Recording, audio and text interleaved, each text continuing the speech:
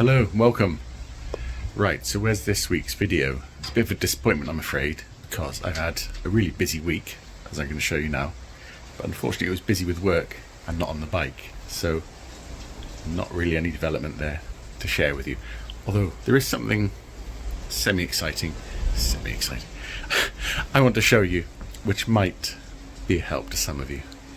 So let's have a look at what I've been doing, and maybe you'll like this.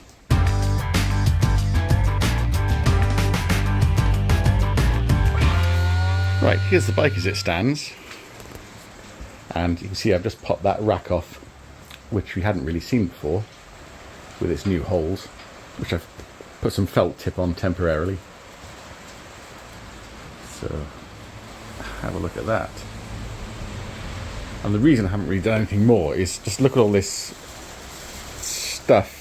I got a job, I got a mixed martial arts event tomorrow night. Don't worry, I'm not in the cage, I'm outside of the cage doing the lighting production.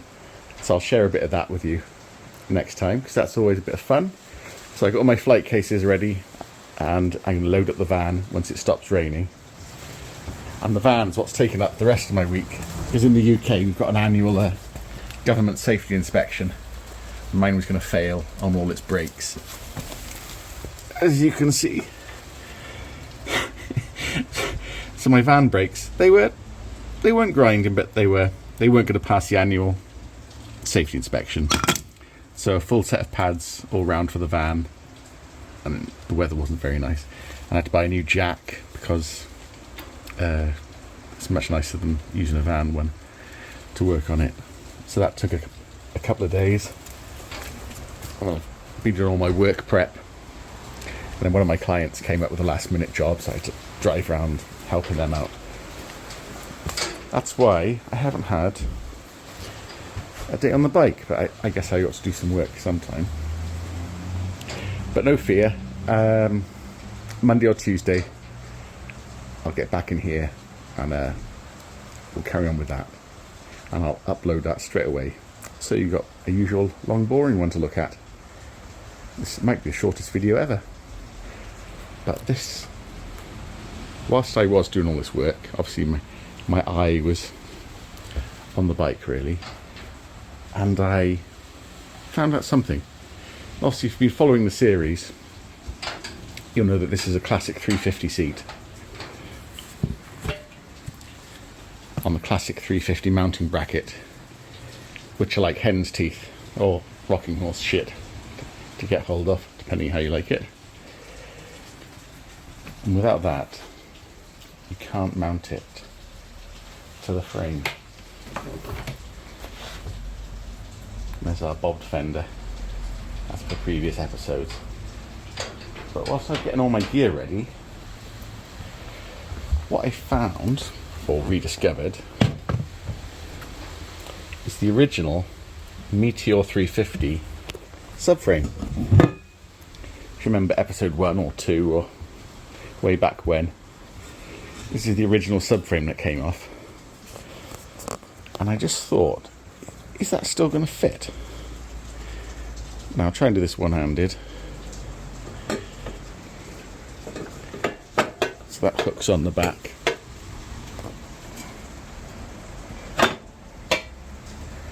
And it does. So, by wild coincidence, where I placed that fender doesn't conflict with the original Meteor subframe. And in fact, where those mounting holes are, line up the two dimples, where if you wished, you could stick 2 bolts through.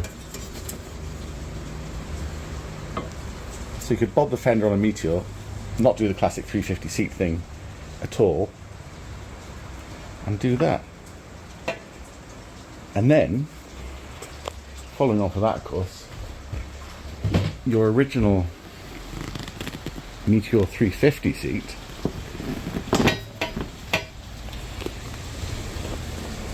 is just going to bolt straight in exactly as it did before. And if I put the bolt in, which I've put down again, as always,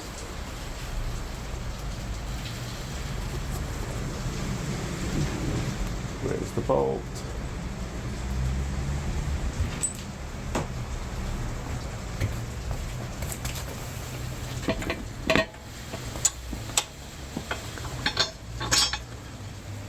Okay.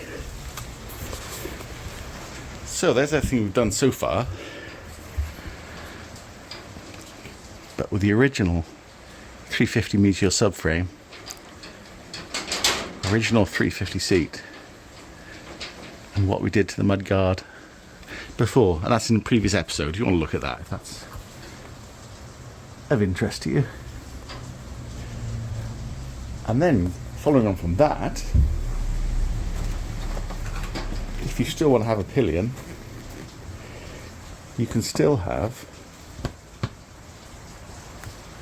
Meteor 350 pillion pad. I don't think that's in the right place actually. But,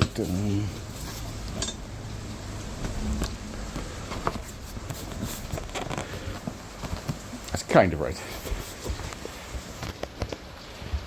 Obviously that's a bit scary, and you'd probably want the backrest on there, or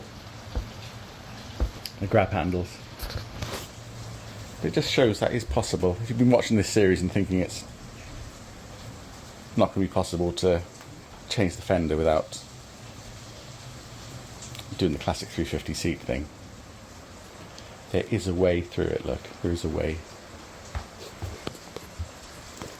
You can have a Meteor bobber. Now, I don't like that myself, but I thought I'd just put that out there in case it was helpful to the general knowledge. Like that, it's still okay. It's not quite lined up well. That seat should be clipped in there. There we go. That's in the right position. And on here, of course, you can get those little racks that bolt on. Let's look at a picture of that. Or even you could put a utility bag on the back there. Even without buying a rack, you could just put them around these tubes. Or you could put a top box on. Or just a nice sort of retro bag on the back. So if you've been watching the series and didn't want to do anything to your Meteor because of the classic 350 seat that I've been using, it's still absolutely possible to do all that. Cut the mudguard, move it round, make holes in it.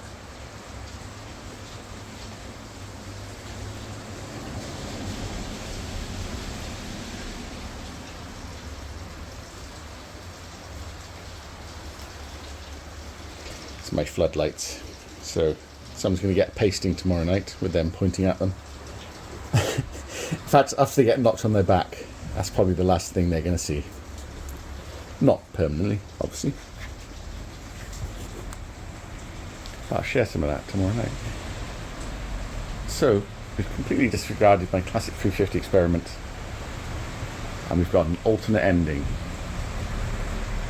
And following on from this, what I'm going to do is, even when we finish this, I'll get a little bag for that, and we'll do some pictures of the bike finished with the Meteor 350 subframe and back end.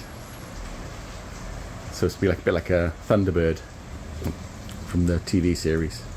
So you can have a bit of a different bike every time. And I hope that's of interest, because I thought that was pretty cool.